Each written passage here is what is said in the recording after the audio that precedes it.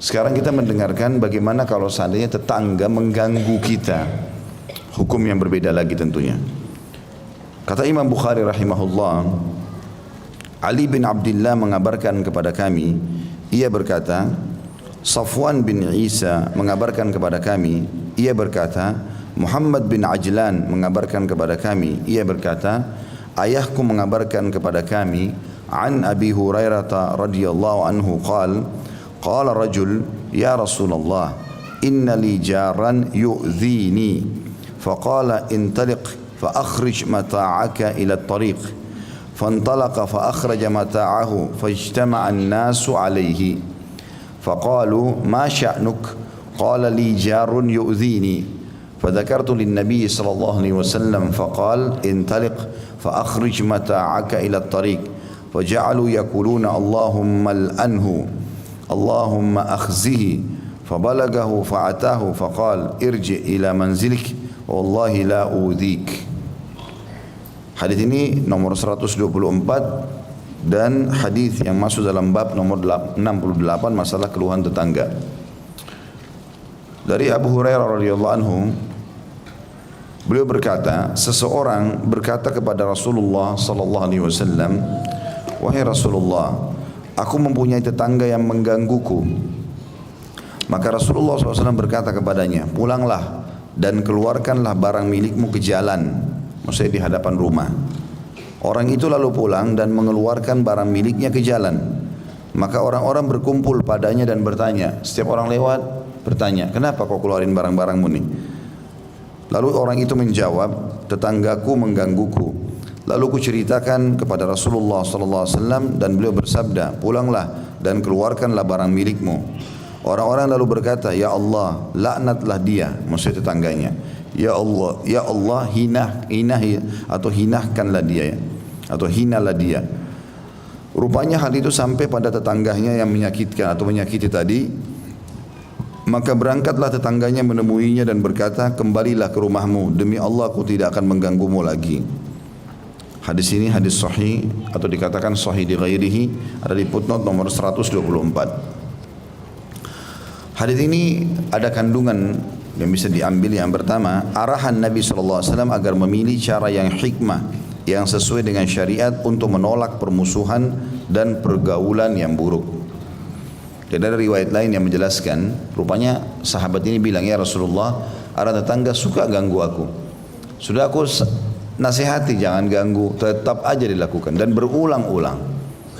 Maka barulah Nabi SAW mengatakan, kalau begitu kamu sudah sampaikan dia tetap tidak mau, keluarkan sebagian barang-barangmu. Ya kalau kita mungkin kayak sofa apalah ditaruh depan rumah gitu. Dan kalau ada orang lewat bertanya, katakan tetanggaku menggangguku. Maka pada saat tetangga-tangganya lewat pun, akhirnya tetangga-tangganya pada menghardik ya tetangga tadi yang mengganggu itu. Melihat kejadian tersebut, maka dia pun meminta maaf dan akhirnya mengatakan, kembalikanlah barang-barangmu, aku demi Allah tidak akan ganggu kamu mulai hari ini. Itu riwayat yang lain yang serupa dengan ini. Berarti memang di sini hikmah yang paling baik adalah kita tidak usah balas keburukan orang dengan keburukan. Walaupun tidak dirincikan seperti apa gangguan tetangga itu ya. Dalam riwayat ini global saja datangnya.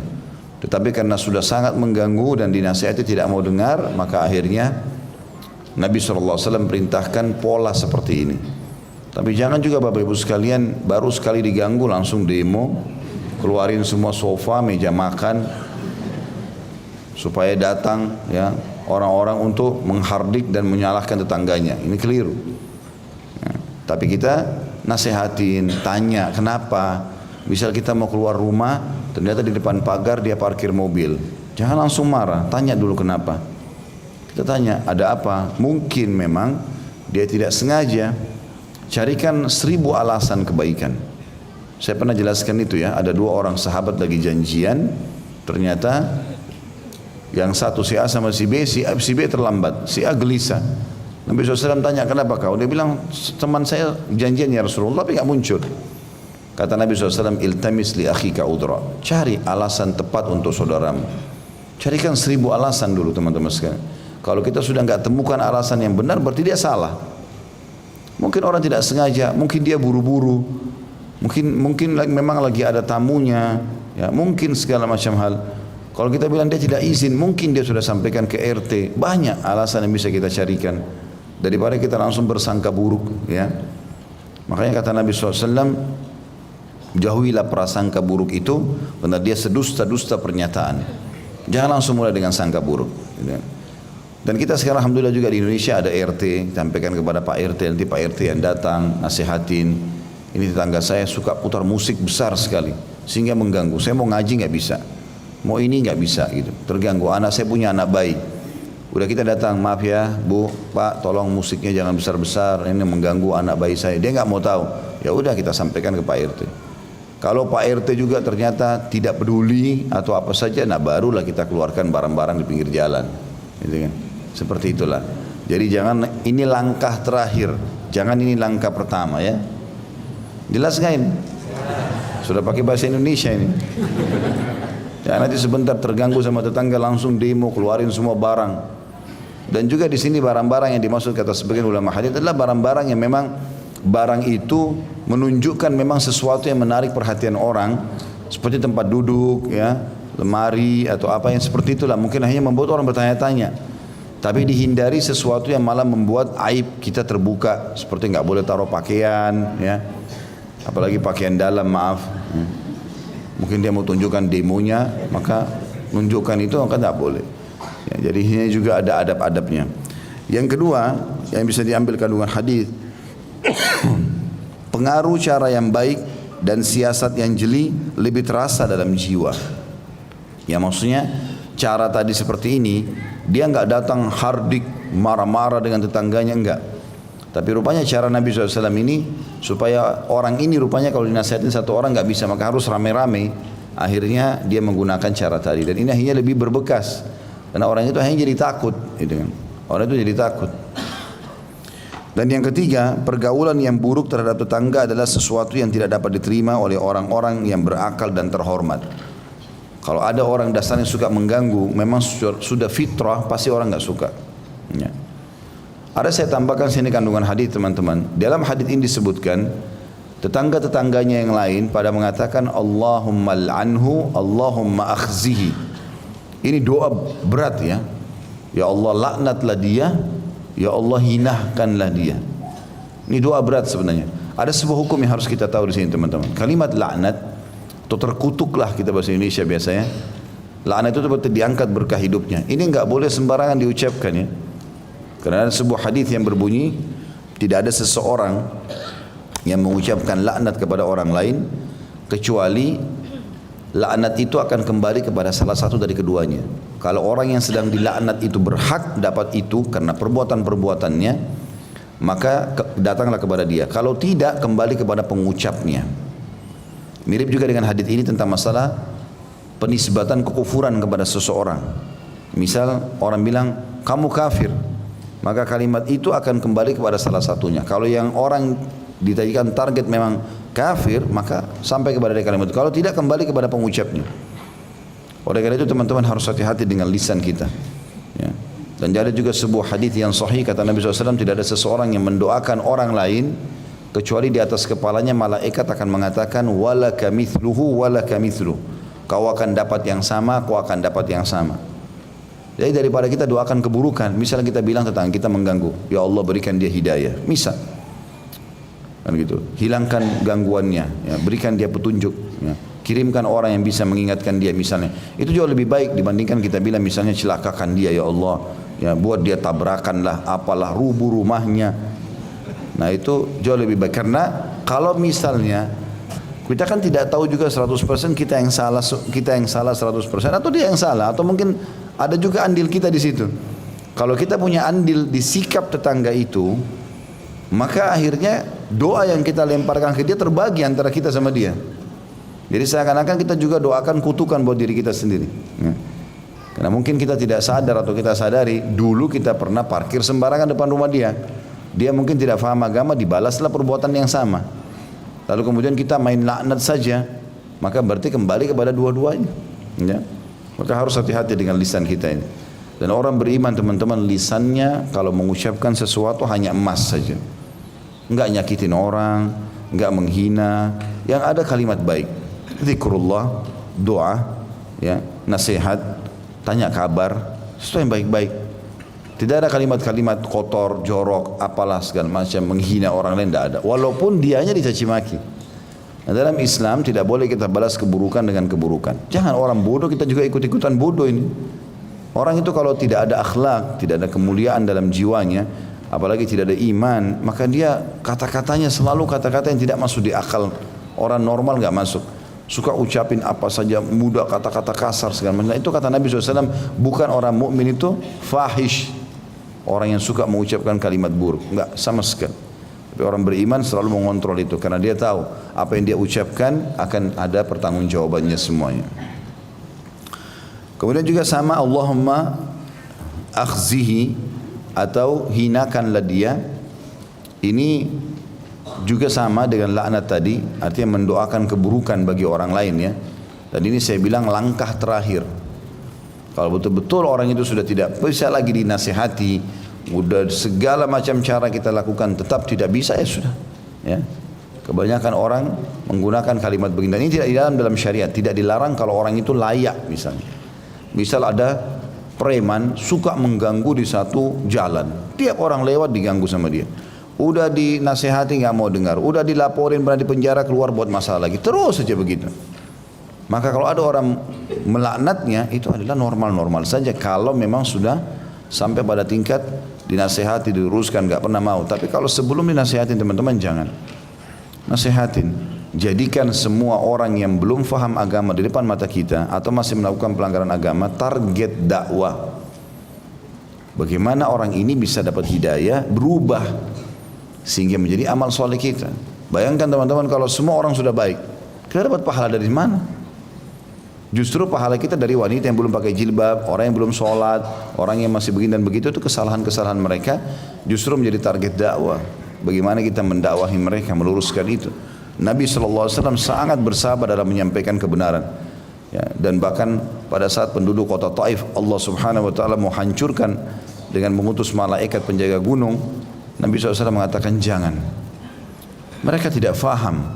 Ya. Mudah-mudahan saja saya berharap ke depannya ada dari keturunan mereka yang keluar yang beriman kepada Allah.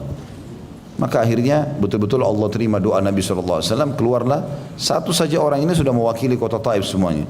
Abdurrahman ibn Sakhar radhiyallahu anhu atau Abu Hurairah radhiyallahu anhu yang tadi kita sebutkan ya, yang merawi hadis ini. Itu dari kota Taif yang tadinya sudah mau dihancurkan oleh Allah Subhanahu Wa Taala. Karena satu kota nolak dakwah Nabi SAW, bukan cuma nolak, mereka lempari Nabi dengan batu. Tapi Nabi SAW dengan sabar berharap mereka ini belum faham. Kalau mereka faham, nggak mungkin mereka mau lakukan itu. Akhirnya doa itu diterima dan berapa banyak pahala yang dipanen oleh Nabi SAW dengan mendapatnya hidayah orang-orang seperti ini. Hadis selanjutnya masih bab yang sama, 125.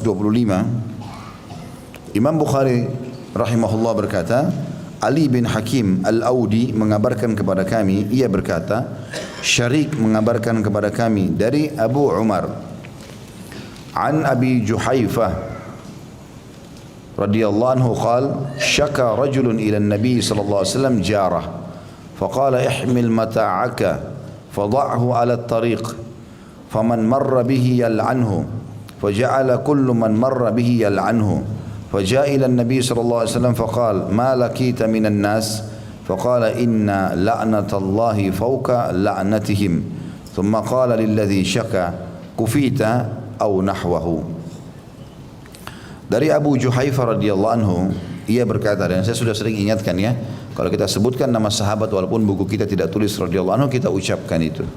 Makanya teman-teman yang pegang buku pasti kalau sebut nama sahabat saya tambahkan dengan radhiyallahu anhu. Ini menjalankan perintah Allah Subhanahu Wa Taala ya.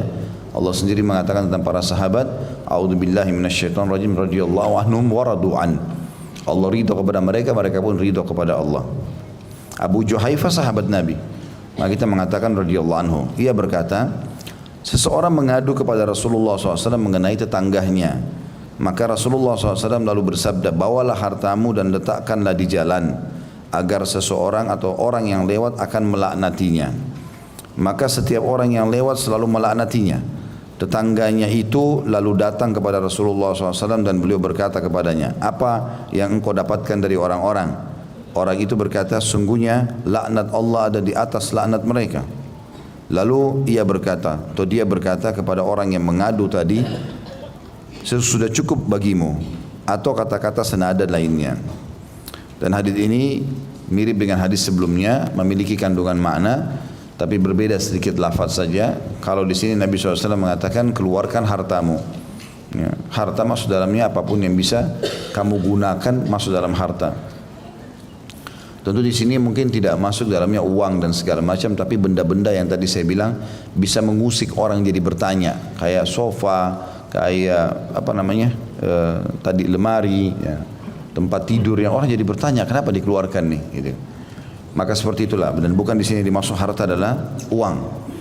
Kemudian juga setiap orang lewat melaknatinya, di sini ditambahkan riwayat, dalam riwayat yang kedua ini nomor 125 ini adalah tetangga tadi yang mengganggu itu akhirnya datang kepada Nabi SAW. Lalu Nabi bilang, apa yang kau dapati dari orang-orang? Dia bilang, laknatnya Allah di atas laknat mereka. Artinya saya merasa betul-betul terkutuk ini, ya. Karena orang-orang pada melaknat akhirnya Allah kabulkan. Maka dia pun menyatakan kesalahannya. Dia datang untuk menyatakan kesalahannya. Maka Nabi SAW kembali kepada orang yang tadi diganggu, kamu sudah tercukupi dengan ini. Artinya orang ini sudah mau niat berhenti, maka berhentilah juga, masukkan barang-barangmu, selesai. Jadi hadis ini kandungannya mirip dengan tadi. Intinya tidak boleh mengganggu orang lain. Dan tetangga secara khusus ini punya kedudukan sebagaimana sudah kita jelaskan dari awal-awal bab masalah tetangga. Mereka punya hak yang sangat tinggi. Di antaranya hadis yang saya ingatkan kembali juga, hadis yang disebutkan Imam Bukhari ini, bahwasanya Jibril, kata Nabi SAW, mewasiatkan kepadaku tentang tetangga sampai aku kira tetangga akan dapat warisan. Karena setiap Jibril ketemu Nabi SAW selalu dikatakan, ingatkan umatmu tentang tetangganya, ingatkan umatmu tentang tetangganya, selalu disuruh berbuat baik. Bahkan kata Nabi SAW, aku pikir karena seringnya Jibril menyebutkan, tetangga juga akan masuk dalam orang-orang atau daftar orang yang menerima warisan. Pada yang menerima warisan itu khusus, ya. Tapi di sini subhanallah, karena wasiat itu sangat tinggi, maka Nabi SAW mengira, tentu tidak ada tetangga tidak dapat warisan, ya, kecuali punya hak kekerabatan. Tetapi yang dimaksud sini adalah bagaimana tingginya kedudukan mereka sampai Nabi SAW mengira mereka akan mendapatkan warisan. Ya. Hadis selanjutnya, hadis nomor 126,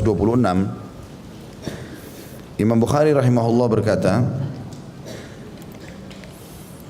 Makhlad bin Malik mengabarkan kepada kami, ia berkata, Abu Zuhair Abdurrahman bin Maghra mengabarkan kepada kami, ia berkata, Al-Fadl yakni Ibnu Mubashir mengabarkan kepada kami, ia berkata, Sami'tu Jabiran yaqul, ja'a rajulun ila an-nabi sallallahu alaihi wasallam yasta'dihi ala jari. فبينه وقائد بين الركن والمقام إذ أقبل النبي صلى الله عليه وسلم وراءه الرجل وهو مقاوم رجلا عليه ثياب بياض عند المقام حيث يصلون على الجنائز فأقبل النبي صلى الله عليه وسلم فقال بأبي أنت وأمي يا رسول الله من الرجل الذي رأيت معك مقاومك عليه ثياب بيض قال أقد رأيته قال نعم قال رأيت خيرا كثيرا ذاك جبريل صلى الله عليه وسلم أو عليه الصلاة والسلام رسول ربي ما زال يوصيني بالجار حتى ظننت أنه جاعل له ميراثا. Aku mendengar Jabir radhiyallahu anhu berkata, seorang laki-laki menemui Nabi SAW di mana ia mengeluhkan tetangganya. Ketika orang itu duduk di antara makam Ibrahim dan Rukun Yamani, maksudnya di Mekah, tiba-tiba Nabi SAW datang. Lelaki itu melihat beliau sedang bersama seorang laki-laki berpakaian putih di makam Ibrahim, di mana orang-orang saat itu sedang mensolatkan jenazah. Tahu makam Ibrahim, ya? Tempat pijakan kaki Nabi Ibrahim di depan Ka'bah itulah, yang pakai kubah emas, ya. Biasanya orang kalau habis tawaf, sunnahnya sholat 2 rakaat di situ, ya, sholat di belakang makam Ibrahim. Jadi waktu Nabi SAW lagi di situ, rupanya ada orang datang dan mengeluhkan tentang masalah tetangganya mengganggu. Lalu orang yang sedang mengeluh ini melihat Nabi SAW sedang bersamanya laki-laki yang berpakaian putih, di mana orang-orang saat itu semuanya atau rame-rame sedang mensolatkan jenazah. Orang itu lalu menemui Nabi SAW dan berkata, demi ayah dan ibuku, maksudnya orang yang mengeluhkan tentang tetangganya ini, yang diganggu oleh tetangganya, wahai Rasulullah, siapakah orang yang aku lihat bersamamu? Ia menghadapmu dan berpakaian putih. Maka Nabi SAW mengatakan, engkau telah melihatnya? Orang itu menjawab, benar, iya aku melihatnya. Lalu beliau SAW bersabda, engkau telah melihat suatu kebaikan yang sangat banyak, karena itu adalah Jibril alaihissalam, utusan Rabbku atau penciptaku. Dia masih terus, maksudnya Jibril, memberikan wasiat kepadaku tentang tetangga hingga aku mengira ia akan menjadikan untuknya warisan. Hadis ini menguatkan hadis yang sebelumnya. Entah yang dimaksud di sini adalah apakah orang yang sama di dua hadis yang sebelumnya, nomor 124 dan 125, atau memang ini kejadian lain, ya. Intinya ada juga orang datang berkeluh kesah di hadapan Nabi SAW tentang tetangganya. Cuma bedanya ini dirincikan kalau keluhan itu di masjid, ya. Pendapat yang paling kuat mengatakan ini orang lain, bukan orang yang tadi. Karena orang yang tadi memang Nabi SAW perintahkan pulang ke rumahnya lalu, ya, mengeluarkan barang-barangnya. Di sini dia ceritakan kalau dia masuk ke masjid dan dia keluhkan kepada Nabi SAW dan tetangganya. Kemudian orang ini menggambarkan pada saat dia selesai berkeluh kesah dengan Nabi SAW, Nabi ke makam Ibrahim. Jadi di depan pintu Ka'bah ada bekas pijakan kaki Nabi Ibrahim alaihissalam. Itu memang disebutkan dalam Al-Quran. Kalau Allah Subhanahu Wa Taala mengekalkan itu, fihi ayatum bayinatum maqamu Ibrahim, dalam surah Al-Baqarah disebutkan. Ya, di sekitar Ka'bah itu ada tanda-tanda jelas makam atau bekas telapak kakinya Nabi Ibrahim alaihissalam. Itu untuk menjelaskan kalau memang Ibrahim AS yang membangun Ka'bah, ya, karena beliau yang membangun bersama anaknya Ismail alaihissalam setelah runtuh ditimpa banjir besarnya zaman Nabi Nuh alaihissalam. Jadi Ka'bah itu pertama sekali dibangun oleh Nabi Adam alaihissalam bersama anaknya bernama Syith, ya, Shin Ya Tha, ya. Ini dulu termasuk anak saleh, ya, adik daripada Qabil dan Habil. Maka terjadi banjir besar di zaman Nabi Nuh alaihissalam, hancur rubuhlah bangunan Ka'bah, lalu dibangun kembali di zaman Ibrahim dan Ismail alaihissalam. Ya. Maka untuk mengenang itu Allah SWT tinggalkan pijakan kaki Ibrahim alaihissalam dan disunnahkan orang yang umrah atau haji dan tawaf di situ, solat 2 rakaat di belakang makam Ibrahim dengan membaca di rakaat pertama setelah Al-Fatihah Al-Kafirun dan rakaat kedua membaca setelah Al-Fatihah Al-Ikhlas. Ya. Kemudian pada saat itu orang-orang lagi sholat jenazah bersama Nabi SAW.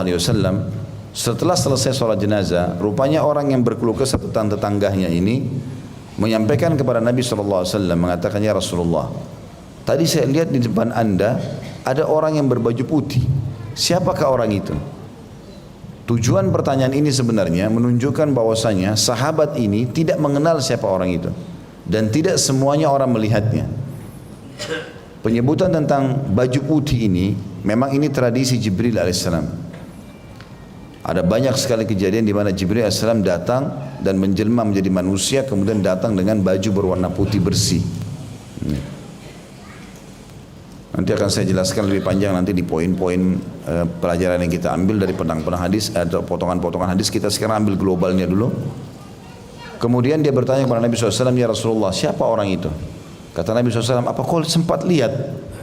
Maka dia mengatakan, iya ya Rasulullah. Kata Nabi SAW, sungguh kau telah melihat sesuatu yang bagus sekali dan sangat banyak manfaatnya buat kamu. Karena itu adalah Jibril yang Allah mudahkan matamu untuk bisa melihatnya. Dia datang untuk mewasiatkan tetangga sampai aku mengira tetangga akan mendapatkan warisan. Kita coba bagi hadis ini menjadi beberapa bagian. Yang pertama adalah potongan tentang seorang laki-laki menemui Nabi SAW di mana dia mengeluhkan tetangganya. Ini sengaja saya akhirkan poin-poin ini karena 3 hadis ini mirip semuanya.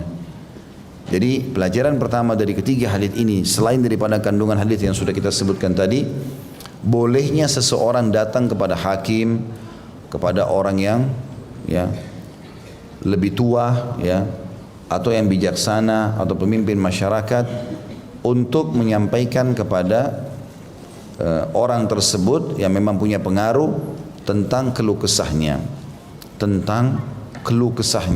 Jadi dia harusnya mengatakan itu. Kalau saya terganggu oleh tetangga ini, saya punya masalah seperti ini, dan boleh orang berkeluh kesah, tetapi kepada orang yang layak untuk itu. Dan ini diambil daripada hadis. Ketiga buah hadis ini adalah ada orang yang datang berkeluh kesah kepada Nabi SAW. Potongan yang kedua, dan ini pelajaran juga, adalah dikatakan ketika orang itu duduk di antara maqam Ibrahim dan rukun Yamani. Ya, kalau kita ibaratkan, ini cuma ibaratkan saja, tempat ini, alat ini adalah Ka'bah, maka di sini ada, kalau ini Hajar Aswad, ya, pintu Ka'bah, di depannya ada maqam Ibrahim. Rukun Yamani adalah yang sebelum Hajar Aswad. Jadi kalau ini sudut Ka'bah, ini adalah sudut yang ada Hajar Aswad. Sudut yang sebelumnya namanya Rukun Yamani. Rukun artinya sudut. Yamani maksudnya mengarah ke negeri Yaman. Ya. Biasanya kita kalau umrah atau lagi tawaf, ya, atau haji, pokoknya tawaf lah intinya, antara Rukun Yamani sama Hajar Aswad kita sunnahnya baca Rabbana atina fid dunya hasanah wa fil akhirati hasanah wa qina adzabannar wa adkhilnal jannata ma'al abrar ya azughafar ya rabbal alamin. Ini kita baca. Nah, yang dimaksud sini, sahabat ini sedang duduk antara Rukun Yamani dengan maqam Ibrahim. Jadi di antara lokasi ini dia duduk. Di antara lokasi ini dia duduk, ya. Dan di sini memang sering kali dijadikan sebagai rujukan kiblat imam kalau di Mekah, ya. Baik di depan Ka'bah, pas di depan Ka'bah atau di sekitarnya, antara Rukun Yamani sama maqam Ibrahim, ya. Itu yang difahami dari kalimat ketika orang itu duduk di antara maqam Ibrahim dan Rukun Yamani. Dan Rukun Yamani ini juga sunnahnya kalau lagi tawaf Bapak Ibu sekalian diusap, ya. Kalau Hajar Aswad dicium, kalau Rukun Yamani diusap. Tetapi kalau Bapak Ibu lagi ihram, jangan disentuh karena ada minyak wanginya. Ya. Orang kan kalau lagi pakai ihram tidak boleh pakai wangi-wangian, ya. Makanya kalau saya bimbing umrah atau bimbing haji, pokoknya lagi tawaf, intinya saya ingatkan jemaah jangan sentuh Rukun Yamani karena ada minyak wanginya. Kalau nanti tawaf sendiri setelah umrah udah mandi segala macam pakai baju biasa lalu kita tawaf, maka pada saat itu nggak ada masalah, mengusapnya nggak ada masalah, ya. Terus dikatakan tiba-tiba Nabi SAW datang. Dari potongan ini juga diambil pelajaran bahwa ternyata orang ini datang di masjid dan ingin mencari Nabi SAW dan Nabi belum ada. Karena dia tahu Nabi akan datang, maka dia pun akhirnya ada di situ. Dia pun ada di situ. Ya. Dan ini kata sebagian ulama hadis, hadis ini kemungkinan besar terjadi setelah pembebasan kota Mekah. Karena sebelum pembebasan kota Mekah, dulu umat Islam tidak leluasa untuk mengerjakan ibadah. Bahkan masih banyak patung, ya. Umat Islam kalau mau ibadah, tawaf aja sering kadang-kadang digebukin gitu. Tapi riwayat ini menjelaskan kalau umat Islam lagi sholat jenazah. Berarti ini nggak mungkin kecuali setelah fase pembebasan kota Mekah. Jadi di akhir-akhir hidup Nabi SAW, ya, di akhir tahun 8 Hijriah, barulah terjadi kejadian ini. Kemudian dikatakan potongan selanjutnya juga lelaki itu melihat beliau, maksudnya melihat Nabi SAW sedang bersama seorang laki-laki berpakaian putih di maqam Ibrahim, di mana orang-orang semua sedang melaksanakan sholat jenazah. Ya. Di sini kita perlu titik beratkan bahwasanya ada memang sebagian sahabat yang Allah mudahkan mereka untuk melihat malaikat datang. Contoh yang lain adalah selain sahabat ini, walaupun di sini tidak disebutkan nama dia. Contoh yang lain, Usaid bin Khudair radhiyallahu anhu, seorang pimpinan dari Ansar Madinah. Beliau pernah kepanasan di malam hari, kemudian beliau keluar dari ke halaman rumahnya untuk melanjutkan sholat malamnya sambil membaca Al-Quran, ya. Sementara dia baca dengan suaranya yang merdu dan bagus, bacaannya benar, maka kudanya tiba-tiba berontak yang dia lagi ikat di pohon kurma di depan rumahnya. Dia balik ke arah kuda tersebut dengan memberhentikan bacanya, tiba-tiba kudanya nggak berontak. Dia cari sekitar kuda itu, nggak ada yang mengganggu kuda ini. Terus dia kembali baca, berontak lagi kudanya. Begitu terus sampai 3 kali. Lalu kata Usaid radhiyallahu anhu, aku pun mengangkat kepalaku ke langit dan aku melihat ada beberapa cahaya putih menembus langit. Sebuah riwayat mengatakan aku melihat 3 cahaya menembus langit. Maka aku pun lalu melaporkan kepada Nabi SAW. Langsung dia segera ke masjid laporkan Nabi, ya Rasulullah, ini di Madinah terjadi. Ya Rasulullah, ya sungguhnya aku sempat melihat begini dan begitu. Maka kata Nabi SAW, wahai Usaid, demi zat yang jiwaku dalam genggamai, maksudnya demi Allah, andai saja kau lanjutkan bacaanmu sampai pagi hari, terbit matahari, orang sudah mulai beraktivitas, maka masyarakat Madinah akan melihat malaikat yang datang mendengarkan bacaanmu. Ada malaikat-malaikat yang datang. Ada juga sahabat yang lain, kalau saya tidak salah namanya Imran bin Husain radhiyallahu anhu, itu yang sering kali mendengarkan salam, tapi nggak ada orangnya. Dia nggak tahu dari mana salam itu. Setiap kali dia mau ke masjid, maka dia lapor kepada Nabi SAW. Kata Nabi SAW, itu malaikat yang mengucapkan salam kepadamu. Ya. Juga ada sahabat-sahabat yang menyaksikan seperti Jibril datang alaihissalam pada saat mengajarkan hadis tentang Islam, iman dan ihsan. Kata Umar bin Khattab, lalu aku melihat, atau kami pada saat lagi duduk bersama Nabi SAW, tiba-tiba ada orang masuk masjid, rambutnya tersisir rapi, bajunya bersih, wajahnya tampan, dan tidak ada yang mengenalnya di antara kami. Juga tidak ada tanda-tanda safar. Karena orang di zaman dulu, teman-teman, nggak kita sekarang. Kita kan punya mobil, udah ada AC, maka orang keluar rumah nggak keringatan, turun juga dari mobil sama, tetap rapi aja. Tapi kalau zaman dulu orang pakai kuda, jalan kaki, padang pasir, ada saja debu. Tapi orang ini masuk masjid unik, masuk bajunya bersih, putih, rambutnya tersisir rapi, nggak ada tanda-tanda safar, maksudnya nggak ada bekas-bekas debunya. Tidak ada yang kenal juga. Tiba-tiba letakkan lututnya di lutut Nabi SAW, lalu mengatakan, hai Muhammad, beritahukan kepadaku apa itu Islam. Maka Nabi SAW mengatakan, Islam adalah engkau mengucapkan 2 kalimat syahadat, syahadu la ilaha illallah wa anna Muhammad Rasulullah, lalu engkau dirikan solat, lalu engkau keluarkan zakat, tunaikan zakat, lalu engkau puasa Ramadan, lalu kemudian kau haji bila kau mampu. Orang itu mengatakan, engkau benar. Maka Umar bin Khattab berkata, kami heran dengan orang ini. Dia bertanya, dia membenarkan. Biasanya orang kalau bertanya, pasti dia terima informasi. Kalau dia bilang, engkau benar, Umar sudah mulai bertanya-tanya pada saat itu. Lalu orang itu mengatakan, beritahukan kepadaku hai Muhammad tentang apa itu iman. Maka Nabi SAW mengatakan, iman itu adalah engkau beriman tentang keberadaan Allah, malaikat-malaikatnya, kitab-kitabnya, rasul-rasulnya, hari kiamat, dan takdir baik dan takdir buruk. Lalu orang itu mengatakan lagi, engkau benar. Lalu kata Umar, kami heran lagi dengan orang ini. Kenapa dia mengatakan, dia bertanya, dia mengatakan benar. Lalu orang itu berkata lagi, hai Muhammad, beritahukan kepadaku tentang apa itu ihsan, tingkat tertinggi di atasnya keimanan. Maka Nabi SAW mengatakan, ihsan adalah engkau menyembah Allah seakan-akan engkau melihatnya. Kalau engkau tidak melihatnya, maka yakinlah dia melihatmu. Kata orang itu, engkau benar.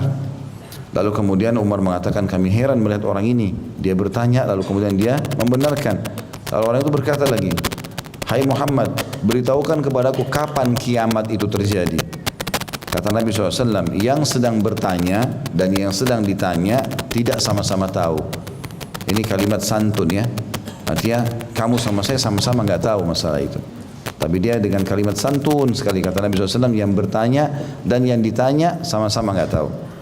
Maka orang itu mengatakan, kalau begitu sampaikan kepadaku tentang tanda-tandanya kiamat itu. Maka kata Nabi SAW, nanti akan ada seorang budak melahirkan tuannya sendiri. Jadi budak wanita, kalau ada budak yang tertawan kemudian diperjualbelikan di pasar, zaman dulu ini ada, sekarang alhamdulillah nggak ada, tapi zaman dulu ada. Kalaupun ada budak-budak ini diperjualbelikan, lalu kemudian dibeli oleh seorang laki-laki, lalu kemudian dia menggauli si perempuan tadi, lalu hamil, maka lahirlah anak dari rahimnya nanti, anak tuannya ini si laki-laki. Bukan orang bebas, bukan orang yang bebas, tapi dia seorang budak. Maka budak melahirkan tuannya sendiri. Jadi anaknya itu tuannya juga gitu. Karena anak tuannya laki-laki tadi. Dan engkau akan melihat para pengembala-pengembala kambing, ya, mereka akan berlomba-lomba membangun building-building yang besar, bangunan-bangunan besar ya, di tengah-tengah kota. Dan ini sebagian ulama mengatakan hadis ini sudah terbukti. Ya. Seperti misalnya terjadi di Timur Tengah terutama, apalagi di Emirat Arab ya. Semua itu umumnya Emirat Arab, Qatar, ya, Bahrain. Ini dulu semuanya padang pasir. Saya baca historinya, raja-raja Emirat Arab itu mengatakan, di antara mereka mengatakan sekitar 40 atau 50 tahun yang lalu, rumah kami masih di padang pasir. Dan saya masih tahu ayah saya mengembala kambing. Sekarang mereka pemilik building-building yang di dunia pun tidak ada. Maka orang itu pun ya, pamit lalu pergi. Lalu Nabi SAW panggil Umar mengatakan, hai Umar, apa kau tahu siapa tadi orang itu? Kata Umar, tidak ya Rasulullah. Kata Nabi SAW, itu adalah Jibril yang datang ya, yang menyampaikan atau mengajarkan tentang agama kalian. Jadi Jibril datang menjelma menjadi manusia gitu. Tapi belum pernah ada yang melihat poster Jibril yang asli kecuali Nabi SAW. Karena kalau kita pun melihatnya, mungkin kita tidak akan pernah bisa menahan itu. Tidak mampulah ya. Karena Nabi SAW menggambarkan pada saat beliau turun dari Gua Hira, beliau melihat Jibril pertama kali. Beliau mengatakan, aku melihat Jibril ya, di atas langit ya. Seluruh langit itu dipenuhi oleh fisik Jibril. Ke kanan, ke kiri, pokoknya ke selatan, ke utara, ke timur, ke barat penuh. Dan Allah karunia Jibril 600 ekor sayap. Kalau satu sayapnya dikebaskan bumi ini, maka akan hancur bumi ini. Jadi malaikat yang sangat luar biasa, besar ya, dan sangat kuat. Kalau dia punya 600 sayap, kalau satu sayapnya dikebaskan bumi hancur. Jadi kalau Allah menghancurkan, naudzubillah, bumi ini kecil sekali, sebentar sekali gitu kan. Makhluk-makhluknya pun bisa digerakkan untuk itu. Tapi saksi bahasan kita, ternyata beberapa orang sahabat memang ada yang menyaksikan para malaikat ya, yang datang. Tapi memang dalam gambar, kalau bukan orang berpakaian putih, poster laki-laki yang tidak dikenal, atau memang seperti dari kasus Jibril dalam hadis Islam, ihsan, iman dan ihsan. Dan juga pernah dalam poster sahabat ya, seperti kejadian waktu Nabi SAW selesai perang Ahzab, kemudian akan menyerang bentengnya suku Quraidah, orang-orang Yahudi yang berkhianat di perang Ahzab itu. Maka Nabi SAW masuk rumahnya mau ganti baju. Kemudian Aisyah mengatakan, baru saja Nabi SAW masuk ke rumah ingin ganti baju karena capek sekali habis perang kemarinnya. Maka datanglah Dihya al-Kalbi. Dihya ini seorang sahabat yang sangat tampan dan saleh. Sukunya Al-Kalbi, dikenal dengan Dihya al-Kalbi. Maka mengetuk pintu dan mengatakan, di mana Rasulullah SAW? Kata Aisyah, lagi mau mandi. Sampaikan kalau aku mau ketemu. Maka Nabi SAW pun pakai baju lagi, kemudian menemui. Ternyata Nabi SAW mengatakan, aku mengenalnya kalau dia bukan Dihya dan dia adalah Jibril dari ucapan kalimatnya. Karena rupanya dia mengatakan, hai Muhammad, apakah kalian sudah membuka baju-baju perang kalian? Kami dari kalangan malaikat belum membuka baju perang kami sampai kami mengepung benteng itu. Ditunjuklah benteng suku Quraidah ya. Maka Nabi SAW segera memakai bajunya lalu mengatakan, semuanya ya, laki-laki di sini muslimin di Madinah, jangan sholat asar kecuali di benteng Quraidah. Nah waktu itu kebetulan mau masuk waktu asar, maka sahabat jalan semua ke Quraidah. Ada yang sampai menjalankan sunnah Nabi SAW, ada yang menjalankan perintah Nabi. Sampai di Quraidah tiba maghrib, mereka belum sholat asar. Nah, hanya mereka sholat asar di sana. Karena perintah Nabi jangan sholat asar kecuali di Quraidah. Ada juga yang sholat di tengah jalan, kemudian Nabi SAW membenarkan keduanya. Tapi pada saat itu, Nabi SAW setiap kali ke benteng Quraidah berkata kepada orang-orang yang dilewatin, ada enggak ilah tadi Dihya al-Kalbi lewat sini? Mereka bilang, ada ya Rasulullah, naik kuda, di pelananya pakai bludru, pakai kain bludru warna biru. Kata Nabi SAW, itu adalah Jibril ya. Segeralah ke sana, segeralah ke sana. Dan ini hampir seluruh penduduk Madinah menyaksikan itu.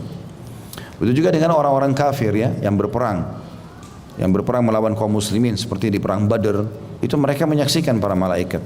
Mereka menyaksikan para malaikat yang turun sebagaimana telah disampaikan dalam banyak riwayat berhubungan dengan masalah itu. Jadi para sahabat ridwanullahi alaihim pada saat perang Badar tidak melihat malaikat secara langsung, tapi ada di antara mereka yang mengatakan, saya waktu sedang mengejar musuh orang Quraisy dan ingin menebaskan pedang saya di leher mereka, di leher musuh itu ya, tiba-tiba saya lehernya sudah melayang. Lalu ditanya kepada Nabi SAW, ya Rasulullah, kenapa bisa terjadi begini? Saya belum penggal, sudah melayang sendiri kepalanya.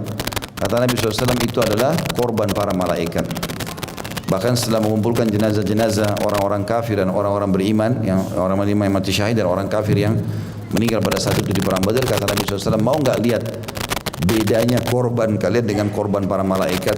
Kata para sahabat, tentu ya Rasulullah. Kata Nabi SAW, kalau kalian temukan jari-jari yang terputus dari musuh dan ada luka bakarnya, serta leher mereka terputus dan ada luka bakar, itu adalah korban para malaikat. Karena mereka membawa pedang yang ada apinya ya, seperti itulah. Berarti memang kehadiran malaikat ini ada, dan saya sudah pernah juga tekankan teman-teman, malaikat itu wajib kita imani. Karena rukun iman kita ada 6. Pertama, iman keberadaan Allah sebagai pencipta, lalu malaikat-malaikat. Dan malaikat ini jumlahnya banyak, jauh lebih banyak daripada jumlah kita manusia, dan memang mereka makhluk Allah yang dimuliakan. Makanya kita sudah tahu ada Raqib, ada Atid, ada pencatat amal baik, ada pencatat amal buruk, ya. Dan ada malaikat satu lagi yang menjaga kita dikenal dengan malaikat hafazah. Berarti setiap manusia ada 3 malaikat minimal yang mendampingi dia. Kalau jumlah manusia sekarang 7,5 miliar, berarti jumlah malaikat berapa yang mendampingi manusia? 3 kali lipat, 22 miliar sekian. Belum malaikat yang mengurus udara, mengurus api, ya pergantian siang malam, gunung-gunung, populasi hewan-hewan, manusia, tumbuh-tumbuhan, segala macam hal. Ini semua ini mereka bertugas merapikan dan menjalankan semuanya. Ya. Jadi kalau ada orang yang ngarang-ngarang mengatakan, oh tanah ini ada penjaganya, oh rumah ini ada penjaganya, segala macam, dan dia yakini itu ada jin, itu nggak benar. Jin itu hanya penghuni bumi, sama dengan kita. Tapi yang mengurus semua ini, merawat semua ini adalah lembah inilah, gunung itulah, lautan itu adalah malaikat. Teman-teman bisa kembali ke surah 77 dan surah nomor 79. Di awal-awalnya itu menjelaskan tentang tugas-tugas malaikat itu.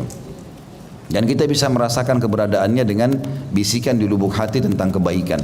Sebagaimana Nabi SAW mengatakan, sungguh malaikat membisikkan kebaikan di lubuk hati kalian, gitu kan? Di lubuk hati kalian. Maka setiap bisikan yang baik, misalnya sholatlah, bantulah, sedekahlah, apalah segala macam, itu kebaikan maka dari malaikat. Nanti pendampingnya dari qarin, dari syaitan yang membendung itu. Dalam hadis lain dikatakan kalau seseorang dari kalian terbangun di tengah malam, maka pendamping dari malaikat akan mengatakan sholatlah. Biasa kita dibisikan tahajudlah segala macam. Kalau dia dengar, dia bangun, alhamdulillah itu kebaikan. Tapi pendamping dari syaitan akan mengatakan tidurlah, malam masih panjang. Yang mana biasa diikuti? Tidur. Berarti sahibnya syaitan, temannya syaitan, ya. Baik, potongan selanjutnya dikatakan di mana orang-orang saat itu sedang sholat jenazah. Sholat jenazah dikerjakan 4 kali takbir, tanpa ruku, tanpa sujud, tanpa i'tidal, berdiri saja menghadap kiblat, takbir 4 kali mengikuti imam, ya. Jadi imam mengatakan Allahu Akbar, kita juga Allahu Akbar. Takbir pertama baca Al-Fatihah tanpa iftitah, tanpa surah, Al-Fatihah saja. Takbir yang kedua membaca salawat kepada Nabi SAW, salawat Ibrahim yang kita baca di tahiyat, ya. Kemudian yang ketiga mendoakan si mayit, yang keempat salam. Bisa juga sebagian pendapat mengatakan berdoa buat diri sendiri. Tentunya ada tata cara sendiri, tapi ini yang dimaksudkan dengan sholat jenazah. Dan keutamanya besar. Kata Nabi SAW, siapa yang mensolati jenazah dia akan dapat 1 qirat. Dan siapapun yang pergi mengantar jenazah sampai dimakamkan dapat 1 qirat lagi. Para sahabat bertanya, ya Rasulullah, apa itu qirat? Kata Nabi SAW, seperti gunung Uhud, ya. Berarti mendapatkan pahala gunung, ya. Kemudian potongan setelahnya dikatakan orang itu lalu menemui Nabi SAW, maksudnya menyampaikan keluh kesahnya dan berkata, demi ayah dan ibuku wahai Rasulullah. Ini kalimat diucapkan hanya untuk Nabi SAW. Umumnya ya, para sahabat hanya ucapkan kepada Nabi SAW. Demi ayah dan ibuku, sebagai tebusannya, maksudnya anda saya lebih hormati daripada ayah dan ibu saya. Ini biasa kalimat santun, ya. Siapa yang aku lihat tadi bersamamu, wahai siapa yang aku lihat bersamamu, ia menghadapmu dan berpakaian putih. Maka Nabi SAW mengatakan, apakah engkau melihatnya? Kenapa Nabi bertanya di sini? Karena memang tidak bisa, jarang orang bisa melihat malaikat kecuali orang tertentu saja. Sebagian ulama mengatakan Allah Subhanahu wa taala memudahkan orang ini melihat malaikat karena dia disakiti oleh tetangganya. Jadi ternyata orang yang terzalimi itu bisa saja Allah Subhanahu wa taala berikan hal-hal yang mungkin tidak diberikan kepada orang lain. Ya mungkin Allah berikan dia kesehatan, Allah berikan dia rezeki. Kalau ada cobaan apapun teman-teman dan kita rasa kita dizalimi, sabar aja. Tinggal tunggu kok. Makin besar cobaan, maka makin besar sesuatu yang menunggu di ujung jalan itu. Ya, makanya dikatakan inna idhamal ajri idhamil bala. Sesungguhnya besarnya balasan itu sesuai dengan besarnya cobaan. Berat sekali ini, ya memang. Yang menunggu juga besar. Ya, tinggal sabar saja. Toh akan ada garis finishnya. Setiap cobaan akan ada akhirnya. Semua begitu. Maka ini harus difahami juga teman-teman sekalian. Jangan terlalu banyak berkeluh kesah. Sebagian salafus saleh bahkan ada yang sampai matanya buta sebelah, itu sudah sekian tahun, puluh tahun tidak ada yang dia sampaikan. Ya, tentu kita boleh berobat pada dokter, tapi subhanallah zaman dulu orang tidak punya semuanya peralatan seperti kita sekarang. Ada orang subhanallah flu saja satu kampung tahu kalau dia flu. Semuanya tahu masalahnya. Enggak. Orang mukmin sabar. Kena pahala sabar dapatkan dari cobaan, gitu kan? Kalau enggak ada cobaan maka enggak ada pahala sabar. Dan Allah mengatakan tentang orang sabar, innama yulaqqas sabiruna ajrun bighairi hisab. Sesungguhnya orang-orang sabar akan mendapatkan balasannya tanpa ada perhitungan. Jadi sangat luar biasa diberikan. Kemudian Nabi SAW mengatakan pada saat orang itu bilang, apakah engkau melihat, dia mengatakan benar ya Rasulullah, aku melihatnya. Maka Nabi SAW, engkau telah melihat suatu kebaikan yang sangat banyak. Kenapa kau melihat Jibril dianggap sebuah kebaikan yang banyak? Karena memang ini gaib bagi umumnya manusia. Berarti kalau ada orang yang Allah perlihatkan, itu kebaikan yang luar biasa. Karena akan menambah keyakinan dia. Akan menambah keyakinan dia. Dan ini yang dimaksud dengan kebaikan yang banyak. Ya. Kemudian yang terakhir, tentu di sini Nabi SAW mengatakan engkau terlihat kebaikan yang sangat banyak dan ia adalah Jibril utusan Tuhanku. Jadi Nabi SAW memperkenalkan waktu itu Jibril utusan Allah SWT. Potongan terakhir adalah dia terus memberikan wasiat kepadaku tentang tetangga hingga aku mengira ia akan menjadikan untuknya warisan. Ya artinya, kalaupun sampai ya, tadi kau melihatnya, sebenarnya Jibril itu sedang berbicara dengan aku dari pertama ketemu sampai dia berpisah dengan aku, hanya wasiatkan tetangga. Ini tadi sudah kita singgung sedikit ya. Kalau seseorang itu harus berbuat baik pada tetangganya karena tetangga diwasiatkan Jibril. Jadi wahyu dari langit langsung suruh semua umat Islam berbuat baik pada tetangganya, berbuat baik pada tetangganya. Dan kita berbuat baik teman-teman tanpa berharap balasan. Sudah sering saya singgung dari awal. Bukan berarti kita memberi makanan pada tetangga lalu dikembalikan piring kosong kecewa. Enggak usah. Enggak apa-apa. Kalau keluar lagi caci makinya tetangga enggak tahu diri. Berarti kalau kita begitu berharap balasan dari manusia, rugi sekali itu. Tidak, kalau orang berharap balasan dari Allah SWT tidak pernah berharap balasan dari manusia. Kalau dia memberikan alhamdulillah, tidak ada masalah. Dan kita tidak akan berhenti untuk berbuat kebaikan-kebaikan tersebut. Dan juga teman-teman harus poin penting juga ya, kalau kita mau memberikan sesuatu pada tetangga, kita juga harus tahu ya, artinya yang kita berikan itu sesuatu yang masuk akal lah, walaupun sesuai dengan kemampuan kita. Artinya umum orang makan segala macam ya. Kalau kita yakin makanan-makanan itu mungkin bisa mendatangkan atau tidak umumnya orang makan, misal terlalu banyak minyaknya, atau memang makanan itu tidak umum, tidak semuanya orang makan, mungkin makanan tradisi di kampung kita misalnya orang tidak semua tahu, belum tentu juga rasanya nyaman, gitu kan? Maka ini kita harus pertimbangkan untuk diberikan. Tapi kalau buah-buahan umum orang semua makan, ya misalnya, atau mungkin yang umum lah ya, apa tempe kalau kita makanan-makanan yang gurih, gorengan umum lah ya, atau kita kirim ayam, daging segala macam, ini mungkin umum orang konsumsi. Tapi kalau tidak umum, maka sebaiknya kita mengirim atau tidak mengirimnya kecuali sekali saja dan kita lihat responnya. Kalau dia responnya memang suka, ya sudah. Nah jangan sampai kita kirim ternyata orang tidak suka, numpuk-numpuk di rumahnya. Kita kirimin pagi, kirimin siang, kirimin malam, ternyata orang tidak suka, ya.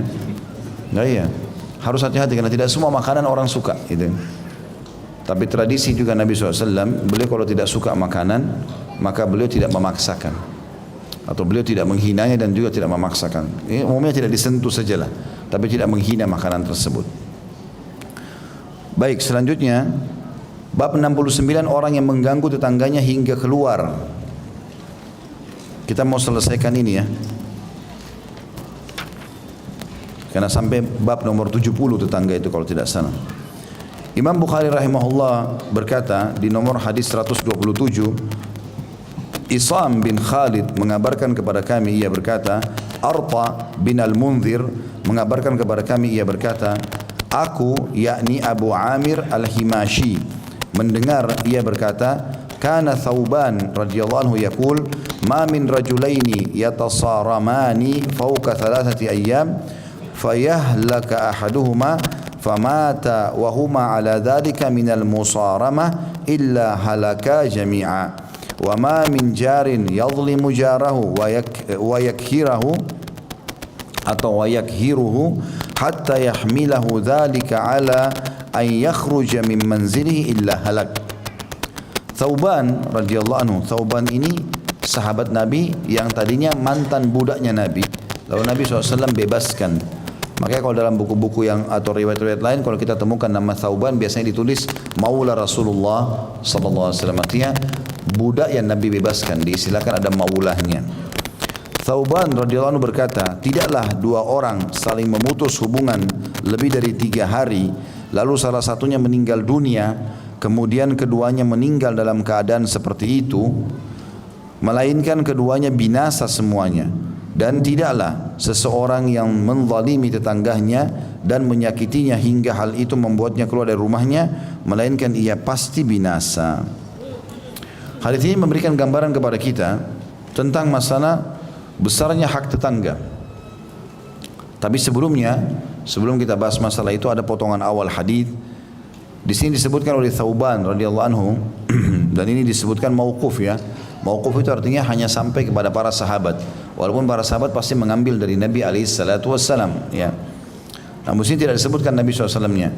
Maka dikatakan tidak ada dua orang laki-laki atau tidak ada dua orang yang sedang bertengkar lebih daripada 3 hari, kemudian salah satunya meninggal atau dua-duanya meninggal, kecuali dua-duanya binasa ya.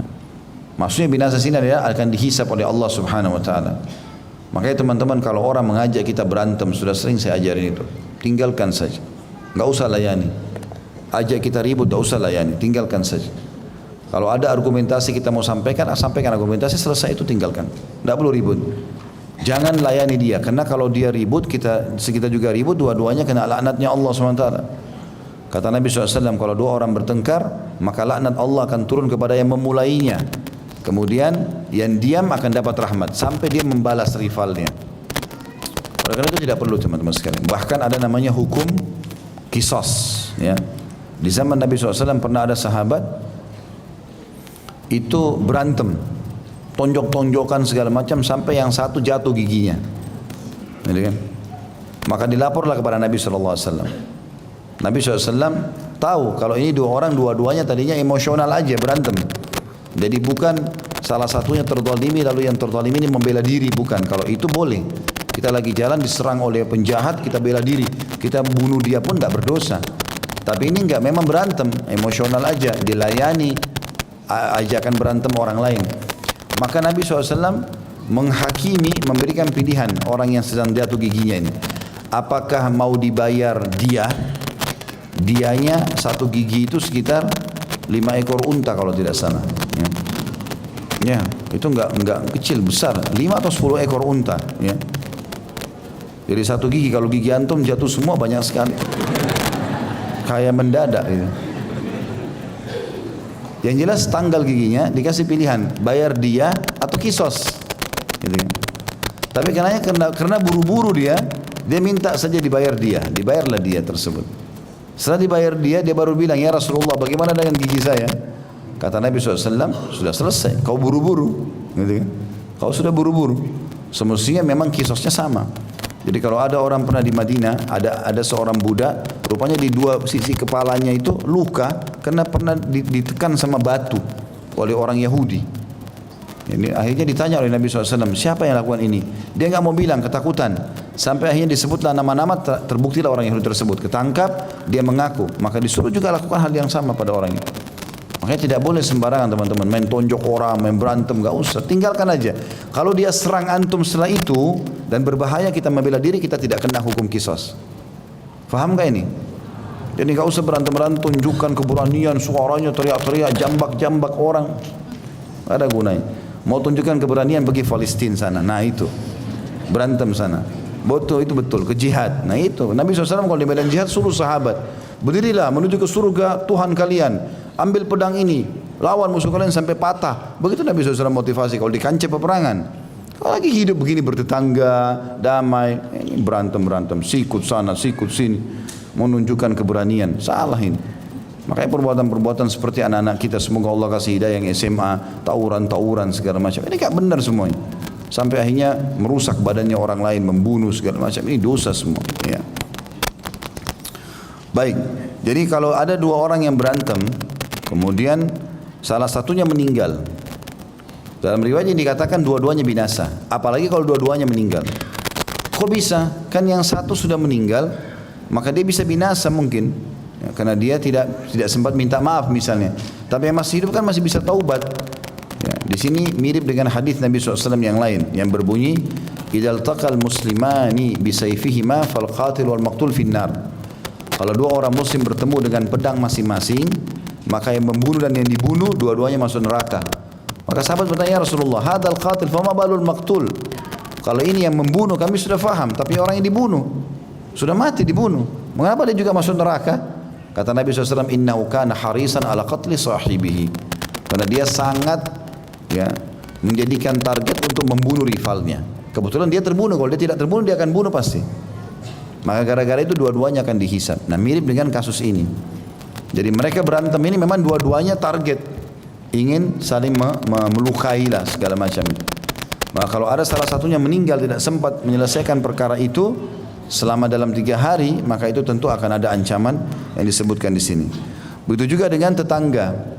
Siapapun yang mengganggu tetangganya sampai tetangganya keluar dari rumahnya, maka berarti, ya, binasalah dia. Makna binasa, dia akan dihukum oleh Allah Subhanahu wa ta'ala. Makanya Nabi SAW mengatakan, teman-teman, sebagai seorang muslim dikatakan al-muslimu man salimal muslimuna min lisanihi wa yadihi. Orang muslim yang sejati justru yang menjaga orang lain agar selamat dari bahaya lisan dan tangannya. Enggak pernah nyakitin orang, enggak pernah mukul orang segala macam, ya. Ini perlu diketahui. Kita perlu memperlihatkan keberanian segala macam, ada tempatnya di kancah jihad. Pernah waktu Nabi SAW tiba di salah satu peperangan, di perang Badr, beliau alaihissalam mengambil pedang, lalu mengatakan, siapa yang memberikan haknya Allah dan Rasul di pedang ini? Hamzah berdiri, saya Rasulullah. Kata Nabi SAW, duduklah, ditarik kembali. Ini Hamzah, siapa yang tidak kenal keberadaannya luar biasa gitu.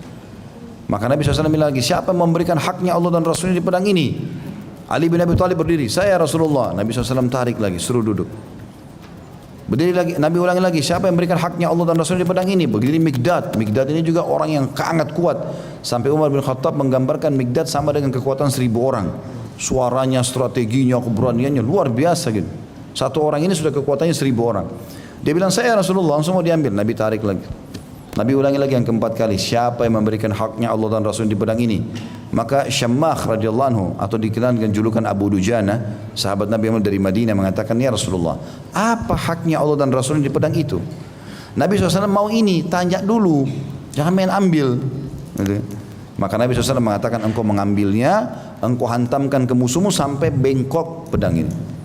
Dia mengatakan, saya kasih ya Rasulullah. Maka diambillah pedang tersebut. Nah, waktu sudah diambil, Abu Dujana ganti imamahnya. Orang Arab dulu punya tradisi, kalau dia mau mati-matian melawan, dia pakai imamah merah. Biasanya orang pakai hitam atau putih, ini dia pakai warna merah. Lalu dia ambil pedang tersebut, ditempelkan di dadanya, lalu dia jalan di depannya orang-orang Quraisy ini sambil seperti orang sombong gitu, nunjukin kehebatannya.